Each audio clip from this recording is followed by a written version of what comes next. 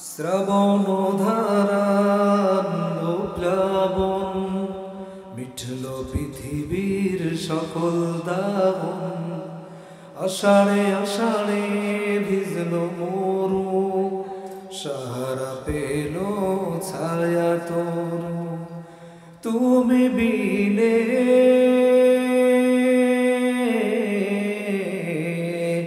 রহমের সব দ্বার খুলি, ও মদিনার বুলবুলি কেমনি তোমায় রই ভুলি। এক এলাকায় এক লোকের টাকা পয়সার কোনো অভাব নেই। তো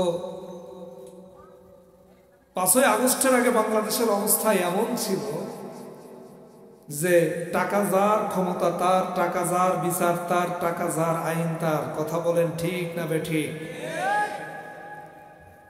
তো তিনি একবার ডাক্তারের কাছে গেছে অসুস্থ হওয়ার কারণে। ডাক্তার বলতেছে আপনার রোগের যে অবস্থা একেবারে লাস্ট স্টেজ, এমত অবস্থায় আপনি যদি সুস্থভাবে বাঁচতে চান এখন অপারেশন করা ছাড়া বিকল্প কোনো পথ নেই। তো কি করতে হবে? যান আপনার ব্লাড গ্রুপ অনুযায়ী আপনি ব্লাড কালেক্ট করেন, আপনি ম্যানেজ করে ফেলেন। তো ওনার হচ্ছে নেগেটিভের রক্ত। নেগেটিভের রক্ত হওয়ার কারণে উনি খুঁজতে শুরু করে দিচ্ছে। আপনারা যারা ব্লাড ব্যাংকের সাথে সম্পর্ক আছে আপনারা জানেন যে পজিটিভের রক্ত পাওয়া সহজ, কিন্তু নেগেটিভের রক্ত পাওয়া খুবই কঠিন। কিন্তু ওই রক্ত কম হওয়ার কারণে খোঁজা শুরু করে দিচ্ছে, পাচ্ছে না। এমন এক জায়গায় পেয়েছে লোকটা হাইরে কৃপণ কত গেজেটে ধরতে পারে, এই লোকটিকে না দেখলে বোঝা যাবে। তো তাকে যে বলতেছে যে তুমি যদি এক ব্যাগ রক্ত আমারে দিতে আমার খুব উপকার হতো, কারণ এক ব্যাগ রক্তের অভাবে আমি অপারেশন করতে পারছি। তা সে বলতেছে তোমার কি মনে হয়, আমার দেখে মনে হয় আমি রক্ত দিয়া পেলাম, মাছ মাংস খেয়ে রক্ত বানিয়েছে আমি তোমাকে দেব।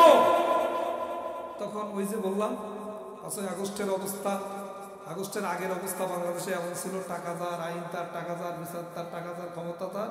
ক্ষমতা বলে জোর করে ধরে নিয়ে গেছে, নিয়ে যে এক ব্যাগ রক্ত নিয়েছে, নিয়ে টাকা দিয়েছে 3 লক্ষ টাকা। কত? বাগারপাড়ার লোকজন একটু আওয়াজ দিয়ে বলতে হবে কত? 3 লক্ষ টাকা যখন দিয়েছে এই কৃপণ ভীষণ খুশি। একদিনে কোনোদিন 3 লক্ষ টাকা ইনকাম করতে পারিনি, আর আজ 3 লক্ষ টাকা একবারে ইনকাম।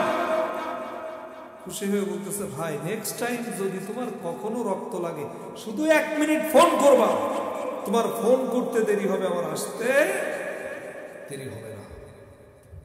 পরে একদিন রক্ত লাগবে, ঠিক এমন তো অবস্থায় তাকে ফোন করেছে। এই লোকটি পুকুরে অথবা মাঠে কাদামাটি লেগে যায় এরকম কোনো কাজ করতেছিল। যে অবস্থায় ফোন দিয়েছে ওই লোক সেই অবস্থায় আছে। বলতেছে কি ব্যাপার তোমার এই অবস্থা কেমন? বলছে ভাই আপনি ফোন দিয়েছেন, আমি দেরি করতে পারি? যে অবস্থায় ছিলাম সেই অবস্থায় আমি পায়ের দিকে তাকায় দেখেন জুতোটা পর্যন্ত নেওয়ার টাইম নাই, খালি পায়ে চলে এসছে। ঠিক আছে রক্ত দাও। রক্ত দিয়েছে। রক্ত দেওয়ার পরে আজকে গুনে গুনে 3টা 2 টাকার নোট, বলেন তো কত টাকা হয়? একটু চিল্লায় বলেন কত টাকা হয়? 6 টাকা যখন দিয়েছে বেচারার তো মিজাজ ভীষণ খারাপ। কি ব্যাপার, আগে এক ব্যাগ রক্তের দাম 3 লক্ষ টাকা দিলেন, আর আজকে মাত্র 6, এটা তো ভাড়াও। বলতেছে মিয়া তুমি রাগ করো না, এর জন্য তুমি নিজেই দায়ী। কেন? আমি কিভাবে দায়ী হলাম? টাকা দিলে তুমি, দায়ী হলাম আমি, এটা কিভাবে সম্ভব? বলতেছে মিয়া তুমি খবর নাও এলাকার ভিতরে, প্রথমবার যখন তুমি রক্ত দিতে এসেছিলে সেই সময় আমার গায়ে রক্ত ছিল আমার বাবার। আমার বাবা হচ্ছে এলাকার সবচাইতে বড় দানবীর। দানবীরের রক্ত আমার শরীরে থাকার কারণে প্রথমবার যখন তুমি রক্ত দিতে এসেছিলে 3 লক্ষ টাকা দিয়েছি। এক ব্যাগ রক্তের দাম একবারের জন্য আমার মনের ভিতরে দ্বিধা দ্বন্দ্ব আসেনি, কারণ দানবীরের রক্ত আমার শরীরে থাকার কারণে আমিও দানবীরের বংশ পরম্পরায় তার অবস্থা পেয়েছিলাম। কিন্তু তুমি যেই দিন রক্ত দিয়েছো তুমি তো মিয়া কৃপণ, তোমার রক্ত যেই দিন থেকে আমার শরীরে ঢুকেছে রক্ত কথা বলে। এই জন্য যেদিন থেকে তোমার রক্ত আমার শরীরে ঢুকেছে, আমার শরীরে ঢুকার পরে আমিও তোমার মতো কৃপণ হয়ে গেছি। আজ যখন 3 লক্ষ টাকা দেব, তখন আমার মনের ভিতরে বাধা দিয়েছে, মাত্র 1 ব্যাগ রক্তের দাম তুই 3 লক্ষ টাকা কেন দিবি? এই জন্য আমি দিতে পারিনি।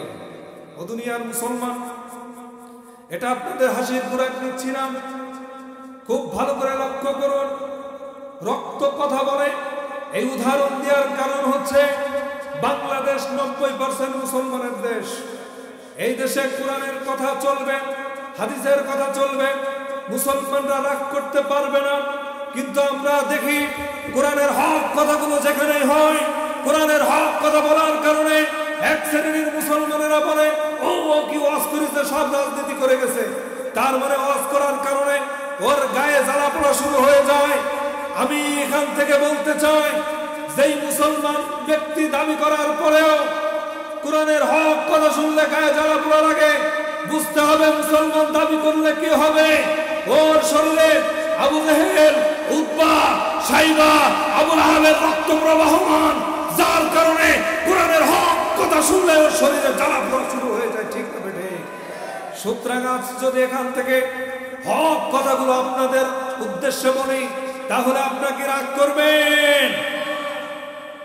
আজকে এখান থেকে উঠবে যারা, বুঝবো আবু জেহেলের রক্ত নিয়ে বসে আছে তারা। ভাই দেখেন ওঠে কোথায়, আর প্রমাণ দেয়া লাগবে? মাত্র 10 পিসাবের চাপ লাগলে ছুটি নিয়ে যাবেন চাচা, কোনো সমস্যা নেই। শুধু যেয়ে পিসাব করে আবার চলে আসবে। লোক সংখ্যা পেয়েছে অনেক অল্প। এখন বলেন, এর ভিতর থেকে যদি আপনারা কোরআন ছেড়ে চলে যান, তাহলে মাহফিলের পরিবেশ নষ্ট হবে না? ইনশাল্লাহ বসে আজকে এখানে যারা আছেন, এমন কিছু তথ্য আপনাদেরকে দিয়ে যাব যা হয়তো বা অনেকেই জীবনে কখনো শোনেননি। ইনশাল্লাহ আবার অনেকের শোনাও হতে পারে, কিছু কথা শুনবেন, কিছু কথা নতুন লাগবে, এরকম হবে ইনশাল্লাহ। তবে আমি তেমন বক্তা নই, আপনারা ঘুমাবেন আর আমি ওয়াজ করব, আপনাদের কষ্ট দিয়ে চলে যাব, বিষয়টা এরকম না। আপনাদের মনোযোগ যতক্ষণ পাবো ইনশাল্লাহ ততক্ষণই আলোচনা করবো। আজকের আলোচনার বিষয় আল্লাহর জমিনে আল্লাহর দিন কায়েম হবে, এই সিদ্ধান্তটা কার? তো এই কায়েম করার জন্য কিছু ত্যাগ, কিছু তিতিক্ষা দরকার আছে না? না, এই জন্য আমি আলোচনার বিষয়টা সিলেক্ট করেছি। আল্লাহর জমিনে আল্লাহর দিন কায়েমের আন্দোলনে কেন আপনি শামিল হবেন? আল্লাহর জমিনে আল্লাহর দিন প্রতিষ্ঠা হবে, সেই দিন প্রতিষ্ঠার আন্দোলনে আপনি কেন শামিল হবেন? আমার আলোচনার বিষয়। প্রিয় ভাইয়ের আমার, বাবাজির আমার, ভূমিকায় বেশি কথা বলবো না, সরাসরি কুরআনুল কারীমের ভিতরে চলে যাচ্ছি। আল্লাহ রাব্বুল আলামিন বলেন, ইউরিদুনা লিইউতাফিউ নূরাল্লাহি বিআফওয়াহিহিম ওয়াল্লাহু মুতিম্মু নূরিহি ওয়ালাউ কারিহাল কাফিরুন।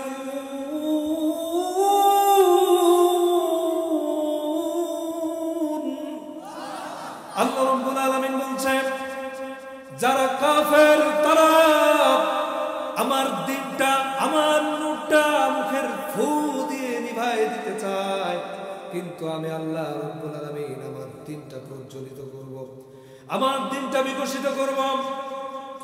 আল্লাহু মুতিম্মু নূরিহি ওয়ালাউ কারিহাল কাফিরুন। আর আমার দিনটা যখন আমি প্রজ্বলিত করব, আমি প্রতিষ্ঠিত করব, আমি জ্বালাবো, এই জ্বালানোর কারণে কাফের যারা রয়েছে তারাও খুশি হবে। কারাও খুশি হবে?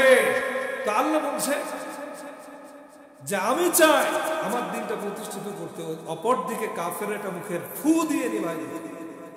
আমাদের গ্রামে সর্বপ্রথম যখন বিদ্যুৎ আসে, আমার আপন চাচা শাশুড়ি, আমাদের নানা, তিনি বৃদ্ধা মানুষ, তার বাড়িতে সর্বপ্রথম তার ঘরে বাল্ব লাগাইছে। ভাইজান খুব ভালো করে লক্ষ্য করবেন, বাল্ব লাগাইছে বিদ্যুৎ যখন আসছে। তো তিনি এর আগে হারিকেন, লম্প, চেরা, টেমি যাই বলেন না কেন, এইটা নিভানো অভ্যাস ছিল, কারণ এর আগে তো বিদ্যুৎ ছিল না। এইগুলাই ছিল মোমবাতি, কুপ্পি বাতি, আপনাদের এদিকে কি বলে, লম্প, লম্প, হারিকেন, এইটা। এই লম্প মুখের ফু দিয়ে নিভাতে হয়। যেহেতু বাল্ব লাগাইছে, নানিজান আমার কি করছে, রাত যখন ঘুমাতে যাবে তখন নিভানোর চেষ্টা করতেছে ফু দিয়ে। ফু দেয় কিন্তু আলো নেবে। এখন কি করছে, কাপড় নিয়ে ঢেকে দিচ্ছে। কাপড় দিয়ে যখন ঢেকে তখন অন্ধকার হয়, কিন্তু কাপড় যে সরে আবার আলো জ্বলে। উনি বলতেছে সারা জীবন ফু দিয়ে নিভালাম, আজকে এত ফু দিচ্ছি নির্জনে গেল। পুতা ছেলে পুতা পুতনি যারা আছে তাদের ডাকছে, এই কি আলো দিছিস, এ তো নেবে না। কয় দাদি এখানে ফু দিলে তো নিবে না, কারণ এই লাইট অফ করার জন্য সুনির্ধারিত একটা সুইচ আছে, আছে না নাই? ও দুনিয়ার মুসলমান, দুনিয়ার আলোগুলো নিভানোর জন্য সুনির্ধারিত একটা সুইচ আছে, কিন্তু আল্লাহর দ্বীন, আল্লাহর নূর নিভানোর জন্য আল্লাহ কোন সিস্টেম, কোন পন্থা রাখেন নাই। সুতরাং আল্লাহর দ্বীন কায়েমের আন্দোলনে আপনি থাকেন আর না থাকেন, আল্লাহ যেহেতু সিদ্ধান্ত নিয়েছে আমার জমিনে আমি দ্বীন কায়েম করব, আপনি থাকেন অথবা না থাকেন আল্লাহর জমিনে আল্লাহর দ্বীন কায়েম হবেই হবে, কোনো ভুল নেই। ঠিক কিনা বলে? পাখি দিয়ে তৈরন আবাবিল, আবাবিল পাখি মানে ঝাঁকে ঝাঁকে পাখি দিয়ে যদি আব্রাহা বাহিনীর কাছ থেকে, আব্রাহার হস্তি বাহিনীর কাছ থেকে যদি কাবা ঘর হেফাজত করতে পারে, তাহলে আপনি আমি না থাকলেও আল্লাহ তার প্রাণীকুল দিয়ে আল্লাহর দ্বীন কায়েম করতে পারে না? আল্লাহ ইচ্ছা করে সব। প্রিয় ভাইয়ের আমার, বাবাজির আমার, এই জন্য খুব ভালো করে লক্ষ্য করতে হবে, আল্লাহ রাব্বুল আলামিন চান তার নূরটাকে প্রতিষ্ঠিত করার জন্য। এবার খুব ভালো করে লক্ষ্য করুন, তারপরে রাতে আল্লাহ রাব্বুল আলামিন চমৎকার করে বলছেন, হুয়াল্লাযী আরসালা রাসূলাহু বিল হুদা ওয়া দীনিল হাক্কি লিইয়ুযহিরাহু আলাদ দীনি কুল্লিহি ওয়ালাউ কারিহাল মুশরিকুন। আল্লাহ রাব্বুল আলামিন বলছেন, নবী আপনাকে রিসালাতের দায়িত্ব দিলাম, সঠিক পথ দিলাম, এরপরে আমি একটা সত্য দিন ব্যবস্থা দিলাম, আলাদ দীনি কুল্লিহি, আর এই পৃথিবীতে লিইয়ুযহিরাহু আলাদ দীনি কুল্লিহি, এই সত্য দিন ব্যবস্থা দিলাম এই জন্য পৃথিবীতে যত দিন ব্যবস্থা আছে সকল দিন ব্যবস্থার উপরে আমার মনোনীত দিন ব্যবস্থা আপনাকে প্রতিষ্ঠিত করতে হবে। আর ওয়ালাউ কারিহাল মুশরিকুন, আর এই প্রতিষ্ঠিত করতে গিয়ে মুশরিকরা যতই অখুশি হোক না কেন, এই দায়িত্বটা আপনার উপরে অর্পণ করে দিলাম। আপনাকে সঠিক পথ দিলাম, সত্য পথ দিলাম, একটা দিন ব্যবস্থা দিলাম, আর রিসালাতের দায়িত্ব দিলাম। কাজেই এই দিন ব্যবস্থা, পৃথিবীতে যত দিন ব্যবস্থা আছে সকল দিন ব্যবস্থার উপরে এটাকে প্রতিষ্ঠিত করতে হবে। কোনটা প্রতিষ্ঠিত করতে হবে? এবার কুরআন কারীমের কাছে আসুন। আল্লাহ রাব্বুল আলামিন বলেন, আল্লাহর মনোনীত দিন ব্যবস্থা কোনটা দেখুন, ইন্নাদ-দীনা ইনদাল্লাহিল ইসলাম, আল্লাহর মনোনীত দিন ব্যবস্থা হলো ইসলাম। ইসলাম প্রতিষ্ঠা করতে বলেছেন। কেন আপনি ইসলাম প্রতিষ্ঠা করবেন বলুন তো দেখি? আল্লাহর প্রসিদ্ধ নাম কয়টি? 99টি। এই 99টি নামের ভিতরে একটা নাম হচ্ছে সালাম। সালাম শব্দের অর্থ কি? শান্তি। এখন মানুষের নামে যদি সালাম শব্দ ব্যবহার হয় তাহলে অর্থ আসবে শান্তি, কিন্তু আল্লাহর ক্ষেত্রে যদি ব্যবহার হয় অর্থ আসবে শান্তিদাতা। এই পৃথিবীতে সকল শান্তি একমাত্র দেন কে? আল্লাহর নাম সালাম, তিনি দিলেন ইসলাম। এই ইসলাম শব্দটি দুইটা কেরাতে গঠিত, একটা হচ্ছে সালমুন আর একটা হচ্ছে সিলমুন। একটার অর্থ হচ্ছে শান্তি আর একটার অর্থ হচ্ছে সুখ। দেখেন, আল্লাহর নাম সালাম, তিনি দিলেন ইসলাম, সেই ইসলামের ভিতরে সুখ আর শান্তি। আসলামা ইসলিমু ইসলামান ফাহুয়া মুসলিমুন, যারা মানবে তারা পাবে, আর যারাই মানবে তাদের পরিচয় হচ্ছে তারা মুসলিম। চিৎকার দিয়ে বলেন সুবহানাল্লাহ। ও দুনিয়ার মুসলমান, সুতরাং মুসলমান যারা দাবি করছেন ইসলাম প্রতিষ্ঠা করার দায়িত্ব আপনার আমার উপরে এসেছে, কারণ আজকে নবী নাই, আছে নবী নাই, এই জন্য ইসলাম প্রতিষ্ঠা করার জন্য আপনাকে চেষ্টা করতে হবে। এবার আপনার কাছে আমি প্রশ্ন করি, বাংলাদেশ যখন প্রথমবার স্বাধীনতা অর্জন করেছে বলুন তো কত সালে? 1971 সালে। সেখান থেকে নিয়ে আজ 53 বছর পার হয়ে গেছে।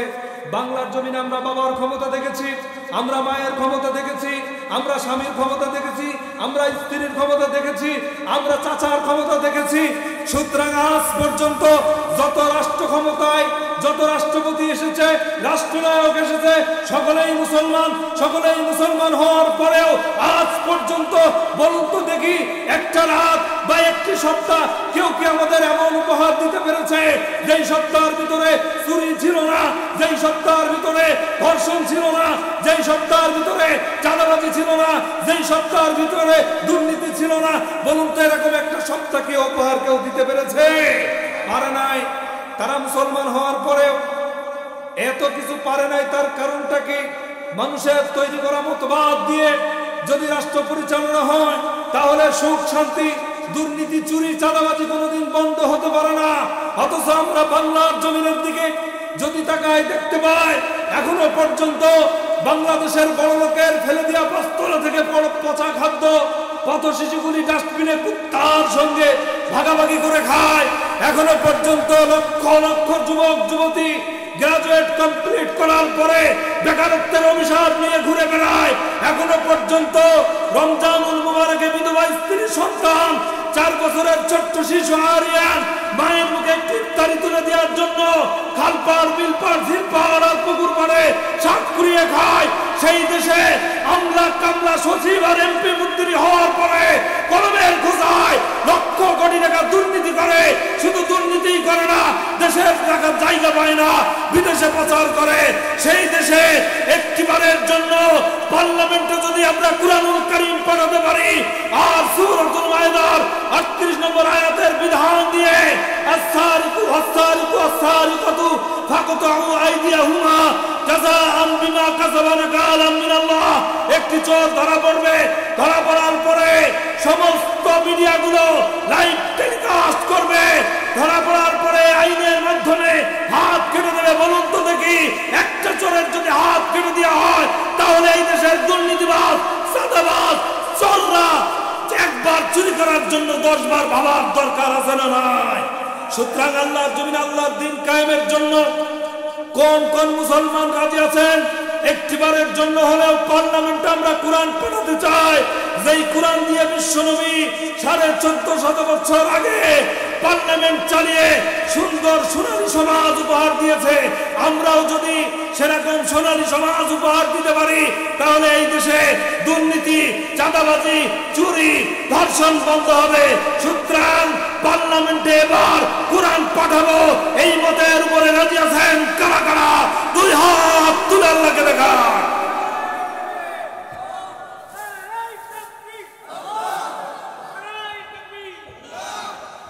প্রিয় ভাইরা,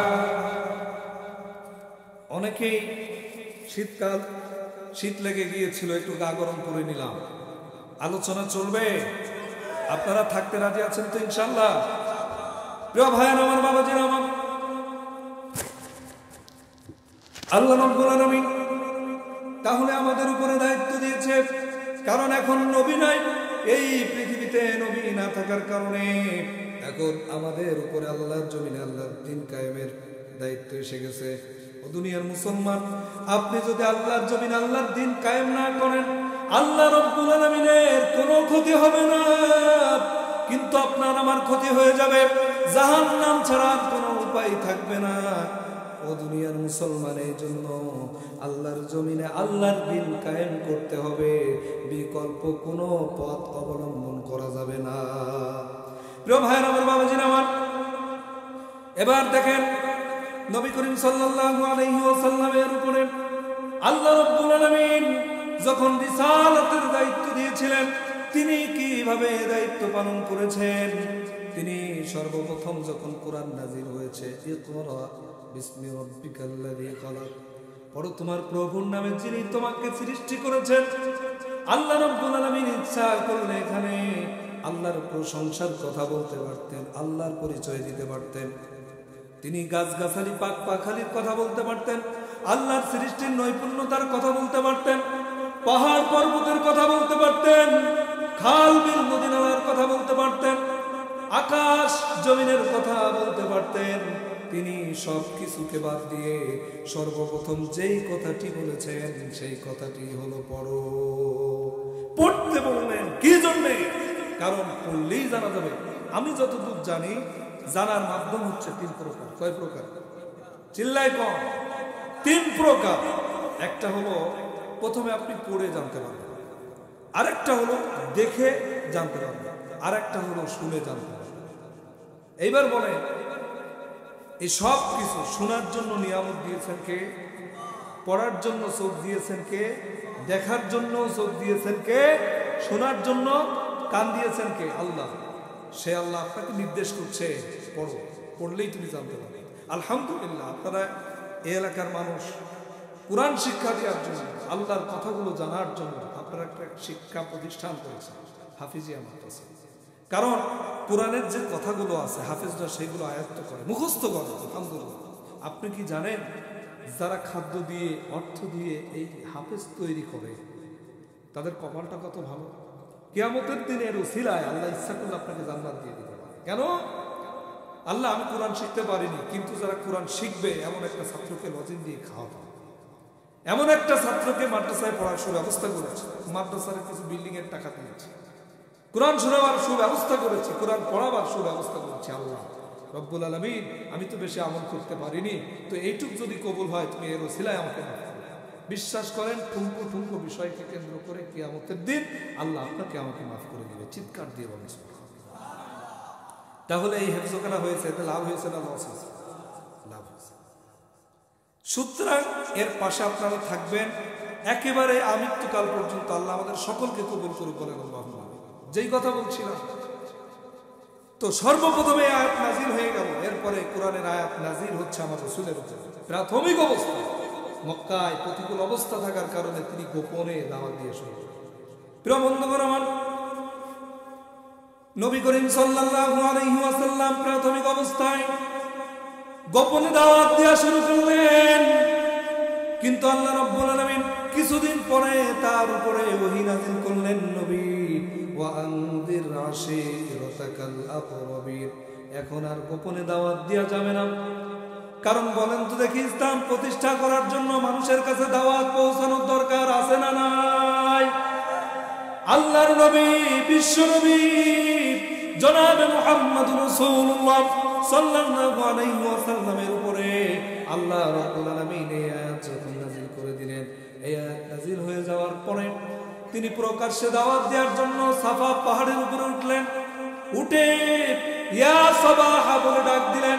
ইয়া সাবাহা মানে হচ্ছে হে সকাল, মানে সকালের বিপদ থেকে তোমরা উদ্ধার হয়ে যাও।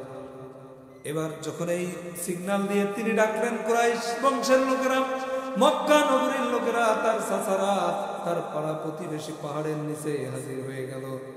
সমস্ত লোকদেরকে উদ্দেশ্য করে তিনি বললেন যে, আগে লোকজনরা তার কাছে জিজ্ঞেস করলো, হে মুহাম্মদ তুমি কেন ডেকেছ? তিনি বললেন, আমি যদি তোমাদেরকে বলি এই পাহাড়ের ওই পারে একদল সৈন্য রয়েছে, অশ্বরোহী সৈন্য, যারা যে কোনো মুহূর্তে তোমাদের উপর আক্রমণ করতে পারে, তাহলে তোমরা কি বিশ্বাস করবে নাকি? তোমরা কি বিশ্বাস করবে? তারা বললেন না, হ্যাঁ অবশ্যই বিশ্বাস করবো, কারণ তুমি তো এমন একটা ছেলে, সাদিক, ইতিমধ্যে সত্যবাদীতে পরিণত হয়েছে। চিৎকার দিয়ে বলেন সুবহানাল্লাহ।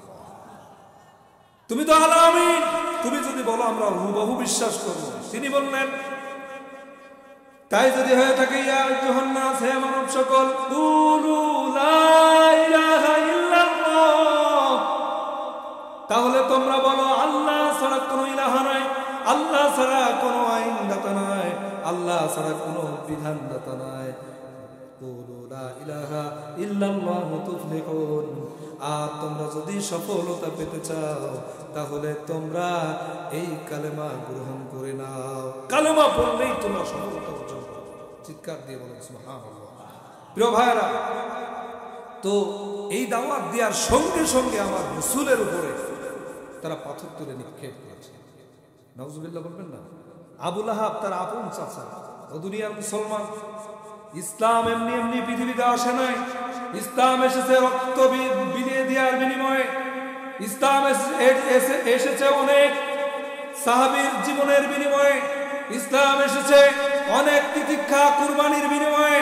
সুতরাং আজ আমরা যদি সেই কষ্টের পরে আজ আমরা এই যে মুসলমান দাবি করি, সেই কষ্টের ফসল হিসাবে করি, আজ যদি সেই রসুলের দেখানো পথে না হাঁটি, সেই সাহাবীদের দেখানো পথে না হাঁটি, ও দুনিয়ার মুসলমান, আপনি যতই নামাজ পড়েন না কেন, আপনি যতই রোজা রাখেন না কেন, আল্লাহর জমিনে আল্লাহর দিন কায়েমের জন্য চেষ্টা না করেন, আপনার নামাজ, রোজা, হজ, যাকাত সবকিছু ব্যর্থ হয়ে যেতে পারে।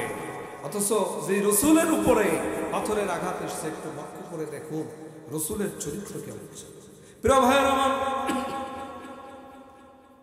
রসুলের চরিত্র সম্পর্কে আপনাদের একটু ধারণা দিই। রাসূলুল্লাহ সাল্লাল্লাহু আলাইহি ওয়াসাল্লাম কেমন চরিত্রের অধিকারী ছিলেন, কি ভালো মানুষ ছিলেন, যেই ভালো মানুষ হওয়ার পরেও রসুলের উপরে নির্যাতন এসেছে। আজকেও আমাদের উপরে যদি নির্যাতন আসে, হতাশ হওয়া যাবে না। আমাদের এই কোরআনের দাওয়াত দেওয়ার কারণে, কোরআনের পথে থাকার কারণে জেল হতে পারে, জরিমানা হতে পারে, আমাদের উপরে নির্যাতন হতে পারে, তারপরেও রসুল আমাদের অনুপ্রেরণা, রসুলের দিকে যদি আপনি তাকিয়ে আল্লাহর পথে ঠিকঠাক থাকতে পারেন, ইস্তেকামাত থাকতে পারেন, তাহলে অবশ্যই আপনি সফল হয়ে যাবেন। এবার রসুল কেমন মানুষ ছিলেন আপনাদেরকে একটু ধারণা দিন। রাসূলুল্লাহ সাল্লাল্লাহু আলাইহি ওয়াসাল্লাম তিনি একবার জিহাদে যাচ্ছেন, ইন দ্য মিড টাইম তিনি কিছু পথ অতিক্রম করলেন। তিনি স্বাভাবিকভাবে সন্ধ্যার সময় অথবা ঠান্ডার সময়, অথবা সকালবেলা ঠান্ডার সময়, অথবা সন্ধ্যার সময় ঠান্ডার সময় তিনি রওনা হতেন, সফরে বের হতেন। এমন সময় কিছু দূর যাওয়ার পরে রাসূলুল্লাহ সাল্লাল্লাহু আলাইহি ওয়াসাল্লাম এক জায়গায় আশ্রয় নিলেন, সেখান থেকে উঠে আসবেন, কিন্তু তার আগে তিনি লক্ষ্য করে দেখেন একজন ব্যক্তি অন্ধকারের ভিতরে একবার উঠে একবার বসে, একবার উঠে একবার বসে, আর নিজেকে যেন নিজেই গালি দিতে থাকে। অনেক সময় দেখবেন নিজে নিজে বকবক করে, নিজের উপরে গালিগালাজ করে, মানে অন্যের উপরে রাগ ঝাড়তে পারে না, কি করবে, নিজের উপরে আছে না এরকম। তো রাসূলুল্লাহ সাল্লাল্লাহু আলাইহি ওয়াসাল্লাম তাকে উদ্দেশ্য করে বলছে, মান আনতা, কে তুমি? তিনি বললেন, ইয়া রাসূলুল্লাহ আনা আনা, মানে আমি আমি। বলছে আমি কে? তো বলছে আনা জাবের বিন আব্দুল্লাহ, আমি জাবের বিন আব্দুল্লাহ। তো তুমি এরকম উৎসব কেন? ইয়া রাসূলুল্লাহ, এই যে আমার যে ঘোড়াটা দীর্ঘ পথ অতিক্রম করেছে, এখানে আশ্রয় নিয়েছিলাম, কিন্তু আবার যে আমরা পথ অতিক্রম করব, আমি ঘোড়াটা উঠানোর চেষ্টা করতেছি, কিন্তু ঘোড়াটা আর উঠতে চায় না, ঘোড়াটা আর উঠতে চায় না। ইয়া রাসূলুল্লাহ, মনে হচ্ছে যেন ঘোড়াটার উপরে আমি উঠা তো দূরের কথা, ও আমার উপরে উঠতে পারলে ভালো হয়, এই জন্য আমার কাজ। প্রিয় ভাইয়ের আমার, রসুল কেমন মানুষ ছিল একটু ধারণা দিচ্ছে, খুব ভালো করে লক্ষ্য করুন। রাসূলুল্লাহ সাল্লাল্লাহু আলাইহি ওয়াসাল্লাম তাকে উদ্দেশ্য করে বলছে, হে জাবের বিন আব্দুল্লাহ, তুমি যে ঘোড়াটা নিয়ে আসছো, ওই ঘোড়াটা দিয়ে সারাদিন খাটাখাটনি করেছো। কেন খাটাখাটনি করেছে লক্ষ্য করুন। এই জাবের বিন আব্দুল্লাহ ছিলেন এমন একজন লোক, তিনি মদিনার ভিতরে সবচাইতে গরিব লোকদের একজন, সবচাইতে গরিব একজন সাহাবী। ইতিমধ্যেই তার আব্বা দুনিয়া থেকে মৃত্যুবরণ করে চলে গেছেন, ছোট্ট ছোট্ট ভাই বোন রেখে গেছেন, এবং অনেক টাকা ঋণ করে রেখে গেছেন। ইয়া রাসূলুল্লাহ, আমার মুখটা মলিন কেন জানেন?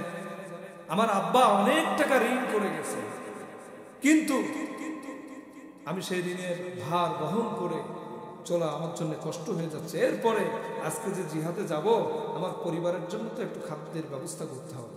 তো সারাদিন খাটাখাটনি করাইছি, এই জন্য এই প্রাণীটি এখন আর উঠতে চাচ্ছে না। রাসূলুল্লাহ সাল্লাল্লাহু আলাইহি ওয়াসাল্লাম বললেন, ও জাবের বিন আব্দুল্লাহ, তুমি নিজে নিজে কেন তুমি নিজেকে গালি দিচ্ছ? এই যে ঘোড়াটা, সে তো একটা প্রাণী, তারও তো একটা প্রাণ আছে, সে সারাদিন খাটাখাটনি করেছে। এবার রাসূলুল্লাহ সাল্লাল্লাহু আলাইহি ওয়াসাল্লাম ওই প্রাণীর কাছে গিয়েছেন, যে বলছেন, ও জাবের বিন আব্দুল্লাহ, খবরদার, তুমি নিজেকে আর তুমি ভৎসনা করো না। এবার রাসূলুল্লাহ সাল্লাল্লাহু আলাইহি ওয়াসাল্লাম ঘোড়াটার গায়ে হাত বুলিয়ে দিচ্ছেন, পাটা টিপে দিচ্ছেন, শরীরটা ম্যাসেজ করে দিচ্ছেন। আমার একজন নবী রাহমাতাল লিল আলামিন, আল্লাহ রাব্বুল আলামিন বলেন, ওমা আরসালনাকা ইল্লা রাহমাতাল লিল আলামিন।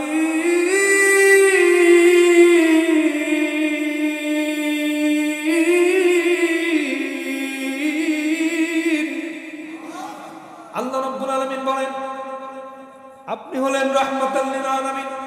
আমার নবীকে আল্লাহ রাব্বুল আলামিন এই পৃথিবীর ভিতরে রহমত হিসাবে প্রেরণ করেছে। তিনি শুধু মানুষের জন্য রহমত না, সারা পৃথিবীর যত প্রাণী রয়েছে সকলের জন্য রহমত। সুবহানাল্লাহ।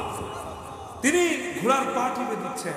রাহমাতাল লিল আলামিন কি দয়ার নবী, একটা প্রাণীর কষ্ট তিনি বুঝেন। সুবহানাল্লাহ। তুমি তো এরে দিয়ে সারাদিন খাটাইছো, তারও তো জান, তার তো প্রাণ, সে তো কষ্ট করেছে, তারও তো একটু রেস্ট করতে মনে যাবে। তবে তোমার এই ঘোড়াটা অত্যন্ত জীর্ণশীর্ণ। শোনো, তুমি যে পেরেশানিতে আছো, তোমার বাবা ঋণ করে রেখে গেছে।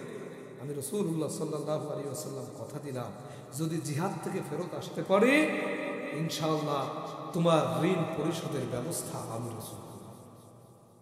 সুবহানাল্লাহ। আগামীকাল সকালবেলা চিৎকার দিয়ে বলেন, তোমার যে খেজুর বাগান আছে, বড় না ছোট না, সেই ছোট্ট খেজুর বাগানে দেখভাল আমি রাসূল করবো, আমি পানি দেব, আমি সেই ওইটা দেখভাল করে তোমার খেজুর বিক্রির সুব্যবস্থা। প্রিয় ভাই আমার,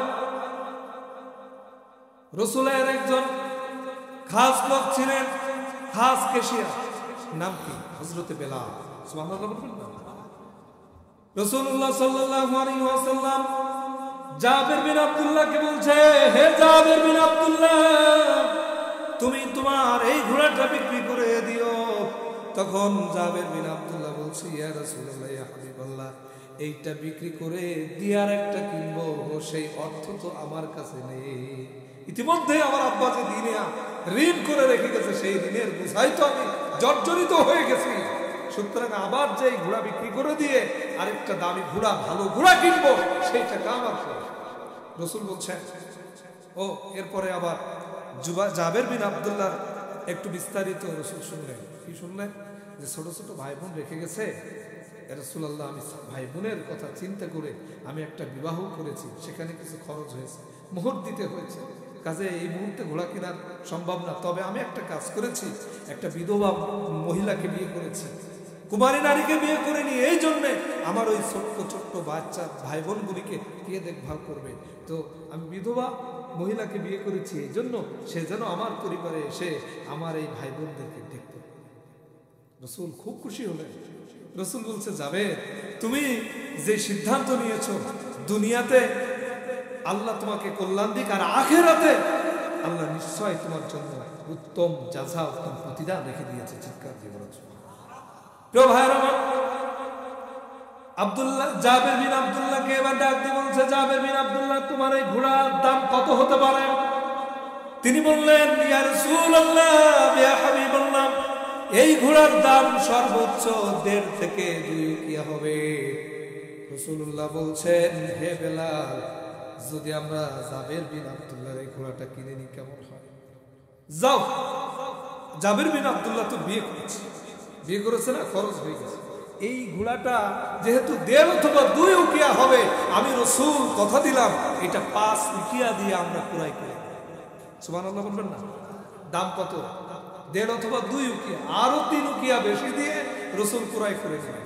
বেলাল রাদিয়াল্লাহু তাআলা আনহুকে বললেন, তুমি এই 5 উকিয়া তাকে দিয়ে দিও।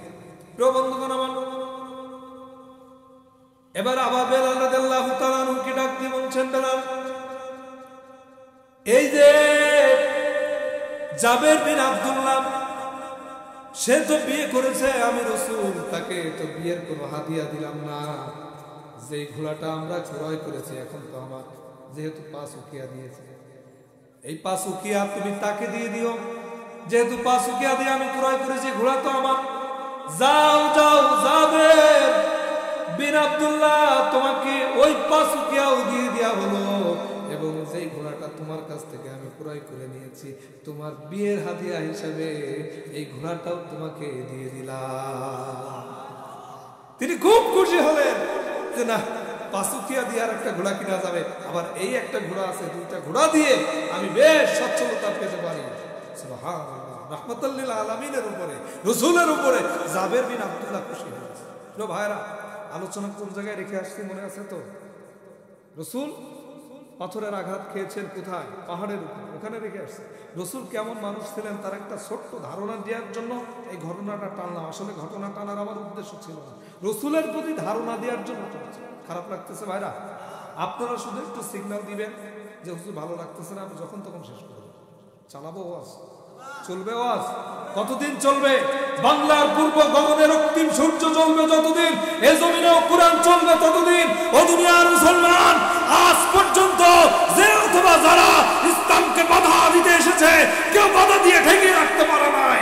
সুতরাং বাংলার জমিনে নব্য হামান, নব্য ফিরাউন, নব্য নমরুদ যদি এসে ইসলামকে বাধা দিতে আসে, সে একদিন ধূলিসাৎ হয়ে যাবে, কিন্তু ইসলামকে ঠেকাতে পারবে না। ঠিক কিনা বলে?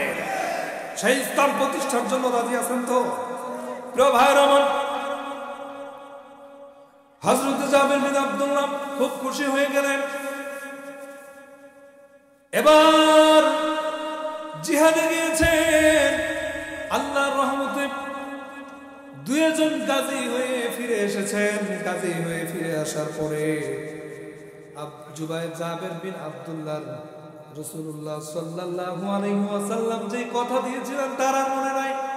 জিহাদে গেছে, কয়দিন থেকেছে, রাসূল যে কথা দিয়েছেন, কি নেতা, এই নেতার কথা তার আর মনে নাই। কিন্তু আমাদের দেশের নেতারা কি করে? ভোটের আগে যদি একটা ওয়াদা করে, ভোটের পরে আর ফস করে না। কথা আছে না এরকম একটা? ভোটের পরে আর মনে থাকে না। ভোটের আগে সিগন্যাল দেয়, ভোটের আগে সে প্রকাশ করে যে আমি জনগণের খাদেম হিসাবে কাজ করব। পরে দেখা যায় জনগণ উল্টো তারে খেদমত করতেছে। সে জনগণের খাদেম না, জনগণ এখন খাদেমে রূপান্তরিত হয়েছে।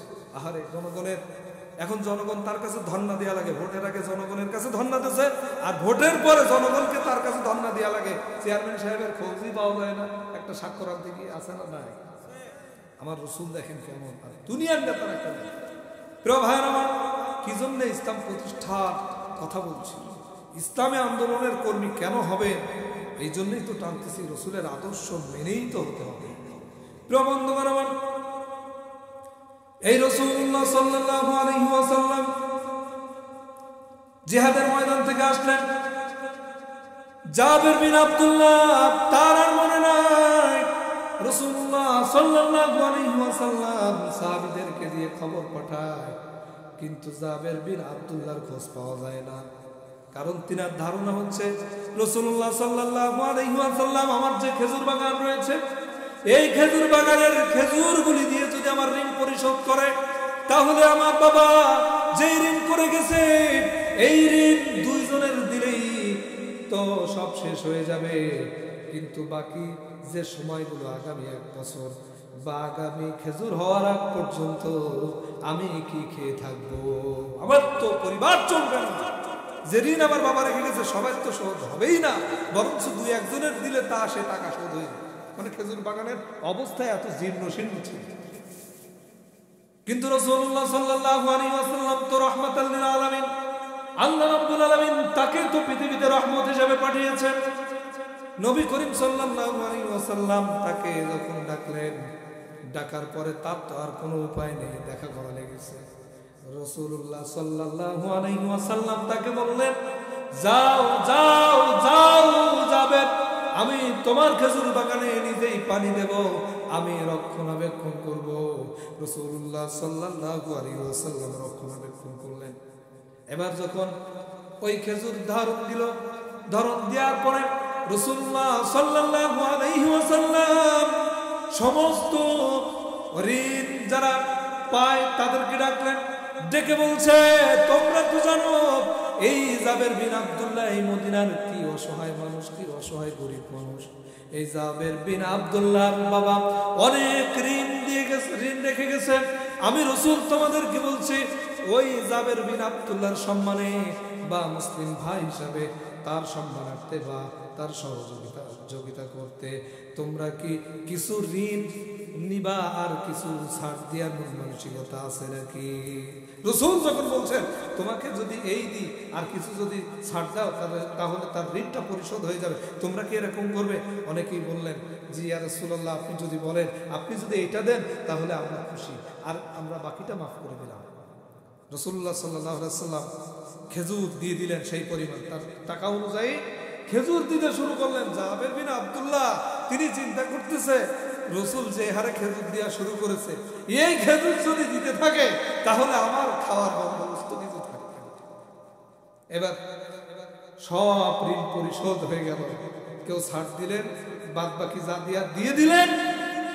পাত্র খুলে দেখা গেল যতটুক পরিমাণ রাসূল খেজুর নিয়ে এসেছেন ততটুক পরিমাণ পাত্রে রয়ে গেছে। চিৎকার দিয়ে প্রিয় ভাইরা, এই ঘটনা বলার উদ্দেশ্য হলো যে রাহমাতাল লিল আলামিন, যে নবী মানুষের বিপদে আপদে পাশে দাঁড়াতেন, মানুষের সহযোগিতা করতেন, প্রাণীর দয়া বুঝতেন, সেই রাসূল আজ কালেমার দাওয়াত দিয়েছে।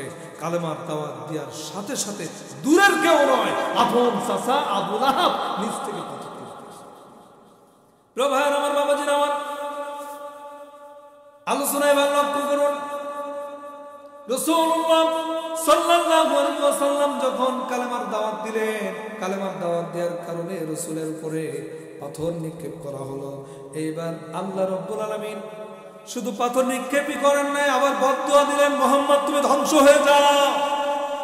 আল্লাহ রাব্বুল আলামিন এই বদদুয়াটা সহ্য করেন নাই, সঙ্গে সঙ্গে আল্লাহ রাব্বুল আলামিন আয়াত নাযিল করে দিয়েছে, তাব্বাত ইয়াদা আবি লাহাবি ওয়া তাব।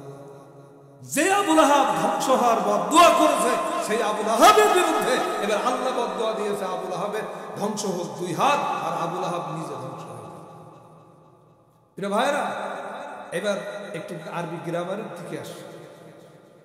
আবু জেহেল পাথর মেরেছিল কয় হাত দিয়ে? কয় হাত দিয়ে? উপরে কিছু ছুটতে গেলে কয় হাত দিয়ে মারতে হয়? বল দূরে ছুঁড়ে মারতে গেলে কয় হাত দিয়ে মারতে হয়? এক হাত। কিন্তু এখানে ইয়াদুন শব্দটির মাধ্যমে, ইয়াদুন শব্দের অর্থ হচ্ছে হাত, ইয়াদুন শব্দের অর্থ কি?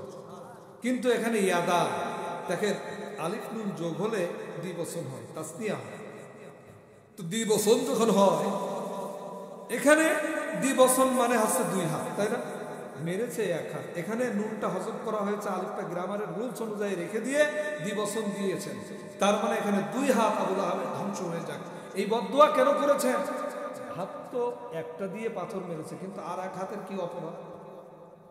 আল্লাহ তো আহকামুল হাকিমিন, আল্লাহ ন্যায় বিচারক। আল্লাহ কি অন্যায় বিচারক? অন্যায় বিচার তিনি কি করতে পারেন? অন্যায় বিচার দুনিয়ার মানুষেরা করতে পারে, বিনা অপরাধে কোরআনের পাখিগুলোকে বছরের পর বছর জেল ধরাতে পারে, আইনে ধরে রাখতে পারে, কিন্তু আমার আল্লাহ তো সেই রকম, ঠিক কিনা বলে? তিনি কি করলেন? তিনি দুই হাত ধ্বংসের কথা কি জন্য বললেন? এক হাত দিয়ে পাথর মেরেছে। আসলে এক হাত পাথর মারতে পারে না ততক্ষণ আর এক হাতের সহযোগিতা পায় না। যেটা হয় ওই হাত দিয়ে পাথর তুলেছে, অথবা ওই হাত দিয়ে আইটেম করেছে। এখন দেখেন দুই হাতের কি প্রয়োজন? দুইজনকে কালকে পরীক্ষা করবেন, বিশ্বাস না হলে আমাকে ফোন করে ধমক দিবেন, ধমক খেতে রাজি আছি, প্রমাণ দিয়ে যাচ্ছে এখান থেকে। একজনের হাত বেঁধে দেবেন আর একজনের হাত ছেড়ে দিবেন, দিয়ে বলবেন দুইজন দৌড়া, দেখবেন কে আগে দৌড়াইছে। বড় ভাই, কে আগে দৌড়াবে? যার হাত খোলা সে না? কারণ এই হাত কিন্তু এরকম না করলে যে একটা জোর পাওয়ার দরকার সেটা পাবে না। এই হাতে জোর পাওয়ার জন্য এই হাত সামনে নেওয়ার দরকার আছে। এই জন্য দুই হাত ধ্বংসের কথা বলছে। ও দুনিয়ার মুসলমান অনেকেই চিন্তা করেছে আমি বাগার পাড়ার লোক, কিন্তু তারা তো রাষ্ট্র ক্ষমতায় বসে ইসলামের বিরোধিতা করেছে, কোরআনের বিরোধিতা করেছে, আলেম ওলামার বিরোধিতা করেছে, আমার কোনো দোষ নেই, আমি শুধুমাত্র একটু দল করতাম। তা আমি বলি তারা ততক্ষণ পর্যন্ত ইসলামের বিরোধিতা করতে পারেনি যতক্ষণ পর্যন্ত আপনার সহযোগিতা না পায়নি। আপনি এখান থেকে সহযোগিতা করেছেন বলেই সে রাষ্ট্র ক্ষমতায় বসেছে, আর সেই রাষ্ট্র ক্ষমতায় বসে আপনার উপরে বা এই দেশের মানুষের উপরে জুলুম করেছে, ঠিক কিনা বলেন? প্রভার আমার বাবাজির আমার, এই জন্য বলছি খবরদার খবরদার কোন জালিমের পথকে অনুসরণ করবেন না। কোন জালিমকে সাপোর্ট দিবেন না। সাপোর্ট দিলে কি হবে? আন আউস ইবনে শুরাহবিল আন্নাহু সামিআ রাসূলুল্লাহ সাল্লাল্লাহু আলাইহি ওয়াসাল্লাম ইয়াকুলু মান মাশা মা'a যালিমিন লিয়ুকাওয়িয়াহু ওয়া হুয়া ইয়ালামু ইন্নাহু যালিমুন ফাকাদ খারাজা মিনাল ইসলাম। রাওয়াহু বাইহাকী। হযরত আউস ইবনে শুরাহবিল থেকে হাদিসটি বর্ণিত। তিনি বলেন, আমি নবী করিম সাল্লাল্লাহু আলাইহি ওয়াসাল্লামের মুখ থেকে বলতে শুনেছি, যে ব্যক্তি জালিমকে জালিম জানা সত্ত্বেও জালিমের হাতকে শক্তিশালী করার জন্য অগ্রসর হলো, সেই ব্যক্তি ইসলাম থেকে খারিজ হয়ে গেল, ইসলাম থেকে বের হয়ে গেল। জালিমকে জালিম জানে, কিন্তু তার হাতকে শক্তিশালী করার জন্য অগ্রসর হলো। এবার বলেন তো, জালিমকে আমরা জালিম জানতাম না? এদেশের মানুষের উপরে কি নির্যাতন করেছে, মানুষের বাক স্বাধীনতা কেড়ে নিয়েছে, মানুষের ভোটাধিকার কেড়ে নিয়েছে। আরে দুঃখের কথা কি বলবো, 15 সালে আমি ভোটার হয়েছি, আজ পর্যন্ত 24 সালে এসেও আমি জীবনে কোনোদিন ভোট কাকে বলে, কি কিরকম ভাবে দিতে হয় আমি জানি না। বাংলাদেশের অবস্থা এরকম হয়েছে, অধিকার কেড়ে নিতে, অথচ তারা বলতো স্বাধীনতা স্বাধীনতা স্বাধীনতা। তারা স্বাধীনতার চেতনায় উজ্জীবিত হয়ে তারা নাকি এই দেশ পরিচালনা করে, অথচ মানুষের বাক স্বাধীনতা ছিল না, ভোটের স্বাধীনতা ছিল না, চলার স্বাধীনতা ছিল না, রাজনীতি করার স্বাধীনতা ছিল না, মিছিল করার স্বাধীনতা ছিল না, মিটিং করার স্বাধীনতা ছিল না, কোরআনের কথা বলা, মাহফিল করার স্বাধীনতা ছিল না। ওই এক চাচি মিয়া খবর পেয়েছে চাচার নামে থানায় মামলা হয়েছে। চাচি আমার বিরুদ্ধা মানুষ, থানায় হাঁটি হাঁটি পা পা করে যে ওসি সাহেবকে বলতেছে, খোকা যে বাবজান, শুনলাম তোমার চাচার নামে নাকি মামলা হয়েছে। বলছে হ্যাঁ চাচি, চাচা তো খুব দুষ্ট মানুষ, জায়গা আর পায়নি আমার থানার সামনে ককটেল মেরেছে, জায়গা আর পায়নি আমার থানার সামনে ককটেল মেরেছে, এত দুষ্ট। বলছে বলো কি? 40টা বছর একসাথে সংসার করেছে, গত 10 বছর আগে মারা গেছে। 10 বছর আগে মারা যাওয়ার পরে 2 বার উঠেছে, একবার 18 সালে নির্বাচনে ভোট দেওয়ার সময়, আর একবার তোমার থানার সামনে ককটেল মারার সময়। এইবার যদি উঠে এসে কখনো নাশকতা করে, তুমি ধরে রাখবা। আমার একটু প্রশ্ন তোমার ওই চাচার কাছে, তুমি 10 বছর আগে মৃত্যুবরণ করার পরে উঠে এসে ভোট দিতে পারো, ককটেল মারার সময় পাও, আর আমি তোমার স্ত্রী আমার সাথে দেখা করার সময় পাও না। মাঝে মধ্যে উদাহরণ দিয়ে এদের অপরাধ এত মাত্রায় ছাড়াই গেছে যে এদের দেখে শয়তান পর্যন্ত ছেড়ে দেয়। আমি একটু উদাহরণ দিলে আপনারা কি রাগ করবেন? রাগ করবেন? 3 বন্ধু গেছে সফরে, 3 বন্ধু সফরে গেছে। আল্লাহ বলছে কুল সিরু ফিল আরদ সুম্মা নজুরু কাইফা কানা আকিবাতুল মুকাজ্জিবিন। আল্লাহ বলছে তোমরা দুনিয়া ঘোরো এবং দেখো আমার নিয়ামতের অস্বীকারীদের কি পরিণতি আমি করেছি। এখন 3 বন্ধু সিদ্ধান্ত নিয়েছে যে যেহেতু আল্লাহর নির্দেশ দুনিয়াটা একটু ঘুরি দেখি, সফর করতে বের হয়েছে। সফর করতে বের হয়ে টাকা পয়সা মোটামুটি শেষ হয়ে গেছে। এখন টাকা পয়সা শেষ হয়ে গেছে, কি করবে? ক্ষুধা লেগেছে, ক্ষুধার্ত অবস্থায় ক্ষুধা তো নিবারণ করা লাগবে। তো তারা সিদ্ধান্ত নিচ্ছে এমন কিছু খাদ্য কিনতে হবে, কারণ টাকা আছে অল্প। একজনের কাছে আছে 5 টাকা, একজনের কাছে আছে 3 টাকা, আর একজনের কাছে আছে 2 টাকা। বলেন তো কয় টাকা হয়? যাক আলহামদুলিল্লাহ, আপনারা অঙ্কে প্লাস পাওয়ার মতো ছাত্র। ওই যে ছাত্র যে কটা আছে একদম খাঁটি, একদম প্লাস পাওয়ার মতো ছাত্র আলহামদুলিল্লাহ। আর কিছুক্ষণ আলোচনা চালালে উঠে যাবেন, থাকবেন তো ইনশাল্লাহ। এখন 3 বন্ধু গেছে সফরে, এই আছে মাত্র 10 টাকা। এই 10 টাকা দিয়ে কি কিনা যায় তারা চিন্তা ভাবনা করে গবেষণা করে বের করেছে মুড়ি কিনতে হবে। মুড়ি এমন একটা খাদ্য যে মেলা হবে, মানে অনেক হবে, আবার অনেকক্ষণ ধরে খেতেও পারবো, আবার আমাদের ক্ষুধাটাও নিবারণ হতে পারে। কারণ বর্তমানে বাজারের দ্রব্যমূল্যের যে দাম, সেই দামের যে দামের অবস্থা, সেই দাম দিয়ে অনেক কিছু কিনা যাবে না এই 10 টাকা দিয়ে। এই জন্যে তারা মুড়ি কিনতে। ইন দ্য মিন টাইম শয়তান তো আল্লাহর কাছ থেকে ওয়াদা করে এসছে কিয়ামত পর্যন্ত বেঁচে থাকবে। আর কি করবো? সুম্মা লাআতিয়ান্নাহুম মিন বাইনি আইদিহিম ওয়া মিন খালফিহিম ওয়া আন আইমানিহিম ওয়া আন শামাইলিহিম ওয়া লা তাজিদু আকতারাহুম শাকিরিন। ক্বালা ফাবিমা আগওয়াইতানি ইলা সিরাতিকাল মুস্তাকিম। প্রথমে তারা সঠিক পথের উপরে, সিরাতাল মুস্তাকিমের পথের উপরে ওত পেতে বসে থাকবে। কি করবে? ওত পেতে বসে থাকে, ডান দিক থেকে বাম দিক থেকে, সামনের দিক থেকে পিছন দিক থেকে, চতুর্দিক থেকে আক্রমণ করে মানুষকে পথভ্রষ্ট করবে। শয়তান বলছে ওয়ালা তাজিদু আকতারাহুম শাকিরিন। এই ক্ষমতা যখন পেলাম তখন আপনি দেখবেন আল্লাহ অধিকাংশ মানুষ নাশকরি বান্দায় পরিণত হয়ে গেছে। নাউজুবিল্লাহ। এবার শয়তান তো চিন্তা করতেছে এই তিনটা আল্লাহর কোরআনের বিধান মেনে ভ্রমণ করতে এসছে, এদের যদি আমি শয়তান কষ্ট না দিই তাহলে তো আমার ওই ওয়াদা রক্ষা হবে না। তা কি করছে? আমার মতো একটা পাঞ্জাবি জুব্বা লাগায়, টুপি লাগায়, আসসালামু আলাইকুম ভাই, আমিও তোমাদের মতো একজন পথিক, খুব বিপদে পড়েছি, আমিও ক্ষুধার্ত অবস্থা, আমার কাছে মাত্র 1 টাকা আছে, তোমার ওই 10 টাকা, তোমাদের ওই 10 টাকার সাথে আমার এই 1 টাকা যদি তোমরা নিয়ে যদি তোমাদের ওই খাদ্যে একটু অংশগ্রহণের সুযোগ দিতে, অন্তত আমিও খেতে পারি। বলতেছে 3 জন টাকা দিলাম কম বেশি করে, একটু হিসাব নিকাশ না করে তো আর খাওয়া যায় না। তা যে দিয়েছে 5 টাকা সে খাবে 5 আঙ্গুল দিয়ে, যে দিয়েছে 3 টাকা সে খাবে 3 আঙ্গুল দিয়ে, যে দিয়েছে 2 টাকা সে খাবে 2 আঙ্গুল দিয়ে, আর যে দিয়েছে 1 টাকা সে খাবে 1 আঙ্গুল দিয়ে। শয়তান বলে রে সর্বনাশ, 5 আঙ্গুল দিয়ে মুড়ি খাওয়া যায়, 3 আঙ্গুল দিয়ে খাওয়া যায়, 2 আঙ্গুল দিয়েও 2-4টে ধরা যায়।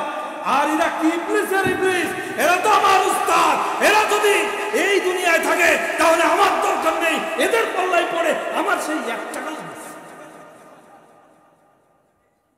দুনিয়ার মুসলমান হাসির খোরাক দিচ্ছে না। বাংলাদেশের অবস্থা এমন হয়েছিল, এমন কোন খাত নেই তারা নষ্ট করেনি। এদেশের অর্থনীতির অবস্থা তারা মাটির সাথে ধসিয়ে দিয়ে মেরুদণ্ড ভেঙে দিয়েছে। এদেশের শিক্ষা ব্যবস্থার মেরুদণ্ড ভেঙে দিয়ে বঙ্গোপসাগরে নিক্ষেপ করেছে।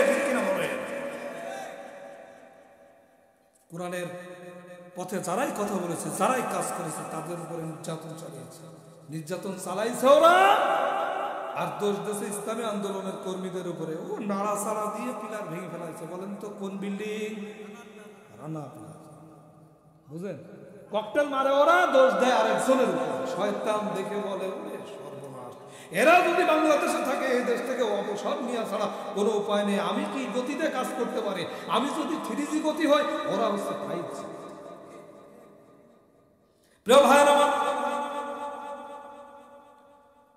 এবার পাথর তুলে মারল। তারপরে রাসূলুল্লাহ সাল্লাল্লাহু আলাইহি ওয়াসাল্লাম কোরআনের দাওয়াত দিয়ে তিনি বন্ধ করেন নাই। রাসূলুল্লাহ সাল্লাল্লাহু আলাইহি ওয়াসাল্লাম তারপরেও কোরআনের দাওয়াত দেওয়া শুরু করলেন। মানুষের কাছে যখন কোরআনের দাওয়াত দিলেন, আল্লাহ রাব্বুল আলামিন কাফেরদের সেই কথাটা জানিয়েছেন, যেই কথাটা কাফেররা সেই দিন বলা বলি করেছিল। কি কথা বলা বলি করেছিল? তারা কি সিদ্ধান্ত নিয়েছিল? তারা বলেছিল ওয়াকালাল্লাযীনা কাফারু লা তাসমাউ লিহাযাল কুরআনি ওয়ালগাউ ফীহি লাআল্লাকুম তাগলিবুন।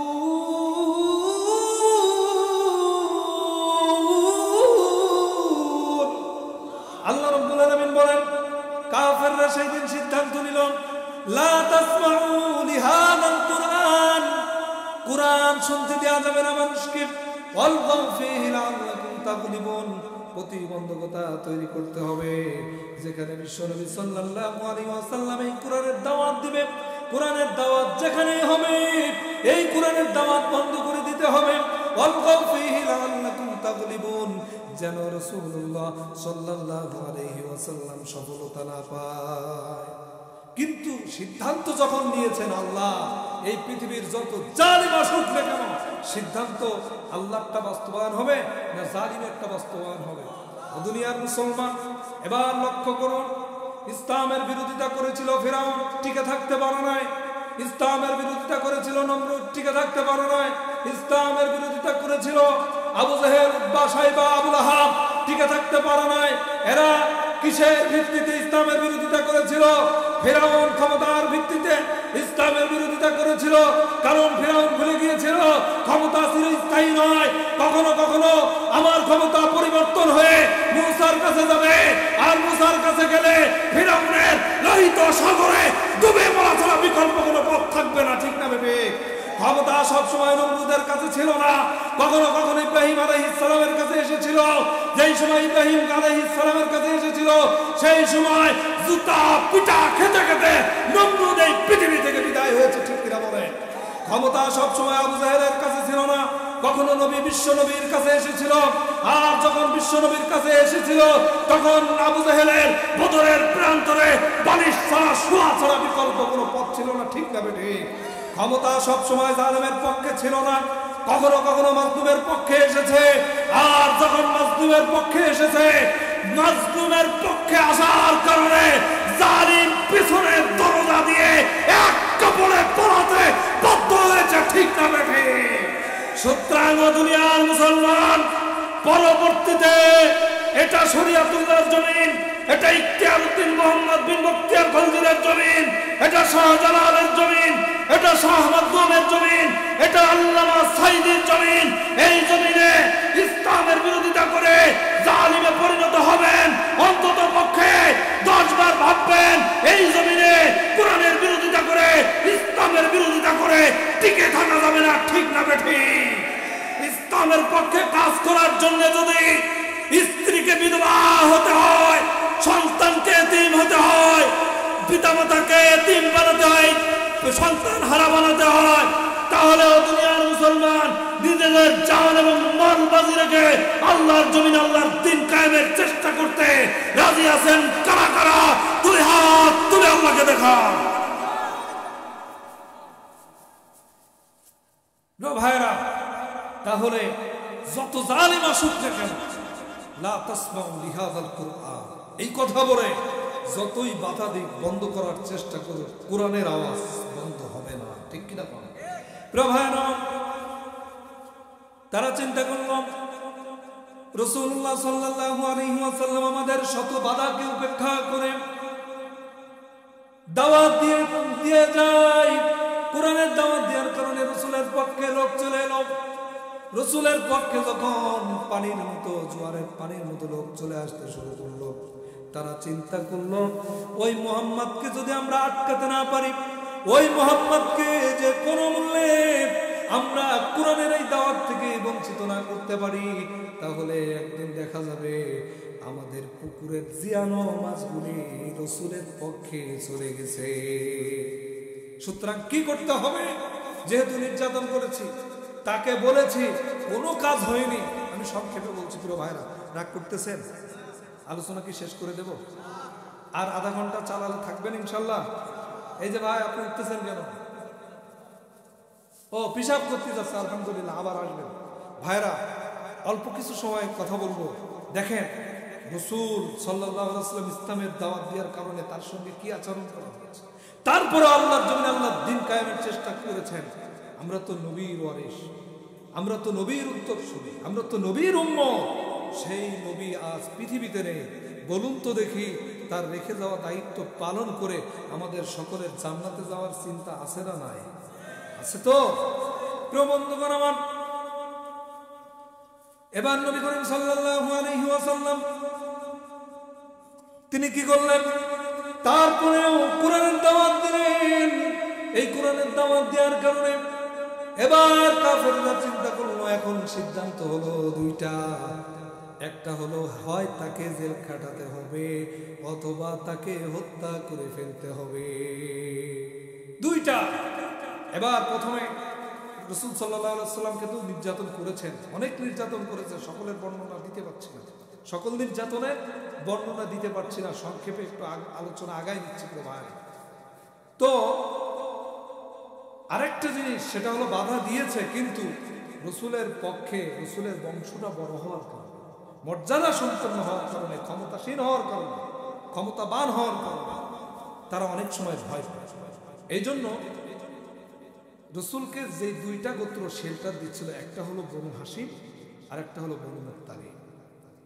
একটা বনু হাশিম আর একটা বনু মুত্তালিব, এই দুইটা গোত্র রাসূলকে শেল্টার দিয়েছে, পাশে থেকেছে। অথচ এই দুইটা গোত্রে সবাই কিন্তু মুসলমান ছিল না। চিৎকার দিয়ে বলা ছিল। প্রিয় ভাইয়ের আমার, এই দুইটার কাছে আবু জাহেল কর্তৃক প্রস্তাব এলো, তোমরা রাসূলকে যদি আমাদের হাতে উঠায় দাও, তোমাদের তোমাদের নবীকে এক আল্লাহর দাওয়াত দেওয়ার কারণে, আমাদের বাপ দাদার ধর্মের মুখে লাথি মারার কারণে তোমরা যদি নবীকে আমাদের হাতে তুলে দাও তাহলে আমরা হত্যা করে ফেলব। তারা বলল, না না না, এত সুন্দর চরিত্রের অধিকারী সন্তানকে আমরা বিনা অপরাধে হত্যা করার জন্য মানুষের হাতে তুলে দিতে পারি না। এই জন্য তারা সিদ্ধান্ত নিল তুলে দিব না। এই তুলে না দেওয়ার কারণে আবু জেহেল কর্তৃক সিদ্ধান্ত হলো, তাহলে তোমাদের এই দুইটা গোত্র মুহাম্মদ সহ তোমাদের সঙ্গে আমরা কোনো লেনদেন করব না, কোনো কথাবার্তা বলবো না, তোমাদের সাথে কোনো মুআমালা হবে না, তোমাদের সাথে কোনো আত্মীয়তা হবে না। ইন দ্য মিন টাইম এই দুইটা গোত্র যে আশ্রয় নিল গিরি পর্বতের ভিতরে, যেই পর্বত, যেই গিরি পর্বতের নাম হচ্ছে শিহাবে আবু তালিব।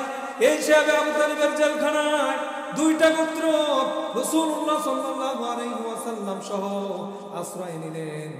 আবু জেহেল কর্তৃক লিপিবদ্ধ হয়ে গেল, চুক্তি হয়ে গেল চামড়ার উপরে, যে ওখানে তাদের সঙ্গে কাউকে মিশতে দেওয়া যাবে না, ওখানে কোনো খাদ্য সরবরাহ করা যাবে না, ওখানে কোনো পানি বন্টন করা যাবে না, ওখানে কোনো ব্যবসায়ী পৌঁছাতে পারবে না, বাধা দিল।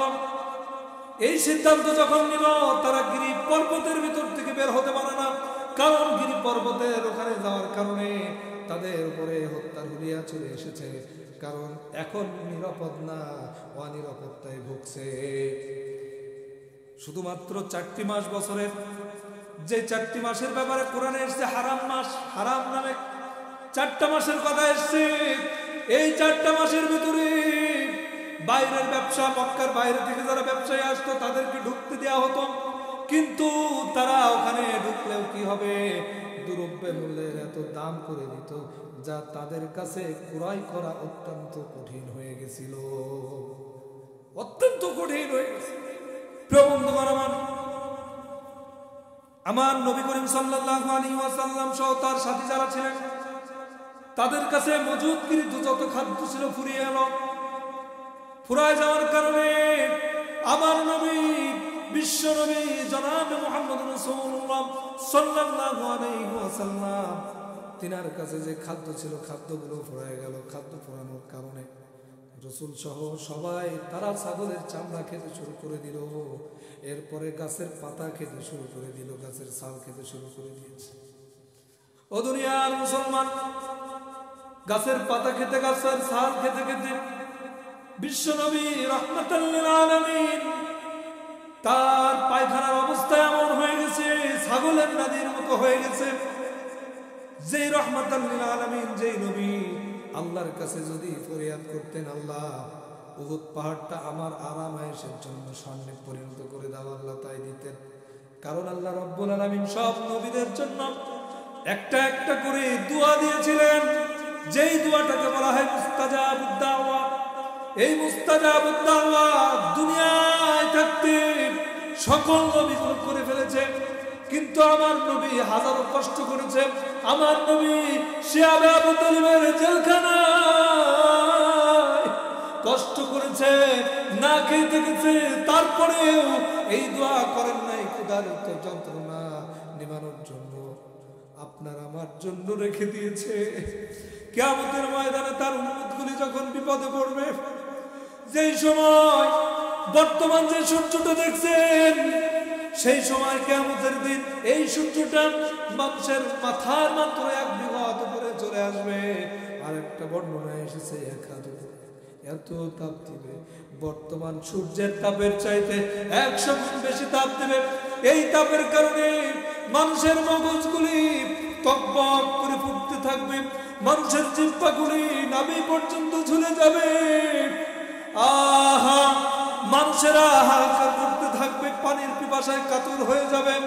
সেই দিন তার উম্মতেরা যেন বিপদে না পড়ে, রাসূলুল্লাহ সাল্লাল্লাহু আলাইহি ওয়াসাল্লাম তার উম্মতের জন্য সেই দিন সুপারিশ করার জন্য সেই মুস্তাজাবুদ দাওয়া দোয়াটি রেখে দিয়েছে। অথচ আমার নবী কত কষ্ট এই দুনিয়াতে করেছে। ও দুনিয়ার মুসলমান, সেই নবী আমাদেরকে এত ভালোবাসে আর আমরা নবীকে ভালোবাসি। বাংলার জমিনে 90% মুসলমানের জমিনে, অথচ দেখি অনেক মুনাফিক, অনেক নাস্তিক, অনেক মুরতাদ আমার নবীকে নিয়ে গালি দেয়। ঠিক না ঠিক? আমরা এই মাহফিল থেকে জানান দিতে চাই, এটা 5ই আগস্টের আগের বাংলাদেশ না, এটা 24 সালের 5ই আগস্টের পরের বাংলাদেশ। অদূর ভবিষ্যতে কেউ যদি আমার নবীকে নিয়ে, আমার ইসলামকে নিয়ে, আমার আল্লাহকে নিয়ে বাজে মন্তব্য করে, বাংলার টেকনাফ থেকে তেতুলিয়া, রূপসা থেকে পাথুরিয়া, সুন্দরবন থেকে বান্দরবন পর্যন্ত এমন দুর্বার আন্দোলন করে তুলব, যে আন্দোলনের সামনে রাসূলের কটূক্তিকারী বানের জোয়ারের মতো ভেসে যাবে। ঠিক না? সুতরাং আমার নবীর বিরুদ্ধে যদি কেউ কটূক্তি করে, রবির পক্ষে দাঁড়িয়ে প্রতিবাদ জানাতে রাজি আছেন না নাই? কারা কারা রাজি আছেন? 2 হাত তুলে আপনাকে দেখান। এটা রাসূলের ভালোবাসার তাকবীর, এটা রাসূলের ভালোবাসার তাকবীর হইছে। ভাইরা, রাসূলের জন্য সাহাবায়ে কিরাম কত ভালোবাসত, রাসূলকে আল্লাহ নিজেই কত ভালোবাসত।